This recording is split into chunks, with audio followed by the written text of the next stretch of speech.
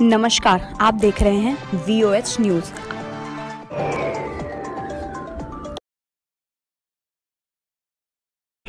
Super cyclone बहुत ही चिंता का विषय था। बंगाल जाते जाते वो उड़ीसा को भी कितना नुकसान कर पाएगा, ये हमेशा चिंता का विषय बना रहा। लेकिन जिस प्रकार से यहाँ पर व्यवस्थाएं इंस्टीट्यूशनलाइज हुई हैं, गांव तक नागरिकों को क्या करना है ऐसे संकट के समय, इसकी भली भांति जानकारी होने के कारण यहाँ जीवन बचाने में बहुत बड़ी सफलता मिली है। और इसके लिए उड़ीसा के नागरिक, उड़ीसा का प्रशासन और उड़ीसा के मुख्यमंत्री श्रीमान नवीन बाबू, उनकी पूरी टीम अभिनंदन के अधिकारी हैं। लेकिन जब इतनी बड़ी प्राकृतिक आपदा आती है तब संपत्ति का नुकसान तो होता ही है।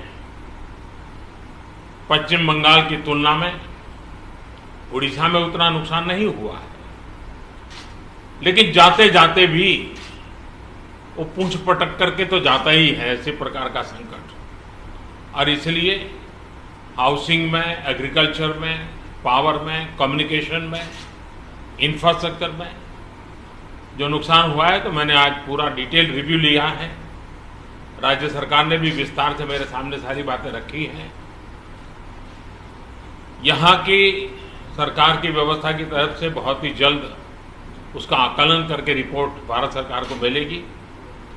भारत सरकार की टीम भी तत्काल यहाँ पहुँचेगी और पूरी परिस्थिति का रिव्यू कर करके लंबे समय के लिए रिलीफ हो, रिस्टोर करने की बात हो, रिहेबिलिटेशन की बात हो, इन सारी चीज़ों को प्राथमिकता देते हुए काम आगे बढ़ाया जाएगा। लेकिन तत्काल आवश्यकता को ध्यान में रखते हुए भारत सरकार की तरफ से 500 करोड़ रुपया एडवांस व्यवस्था के रूप में देने का हमने निर्णय किया है और बाकी आवश्यकताएं एक बार कंप्लीट सर्वे होने के बाद, रिहेबिलिटेशन की पूरी योजना बनने के बाद उसका आकलन करके रिपोर्ट भारत सरकार को मिलेगी।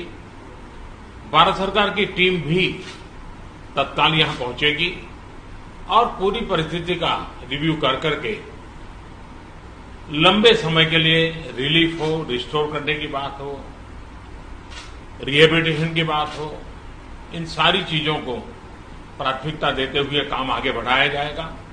लेकिन तत्काल आवश्यकता को ध्यान में रखते हुए भारत सरकार की तरफ से 500 करोड़ रुपया एडवांस व्यवस्था के रूप में देने का हमने निर्णय किया है और बाकी आवश्यकताएं एक बार कंप्लीट सर्वे होने के बाद, रिहेबिलिटेशन की पूरी योजना बनने के बाद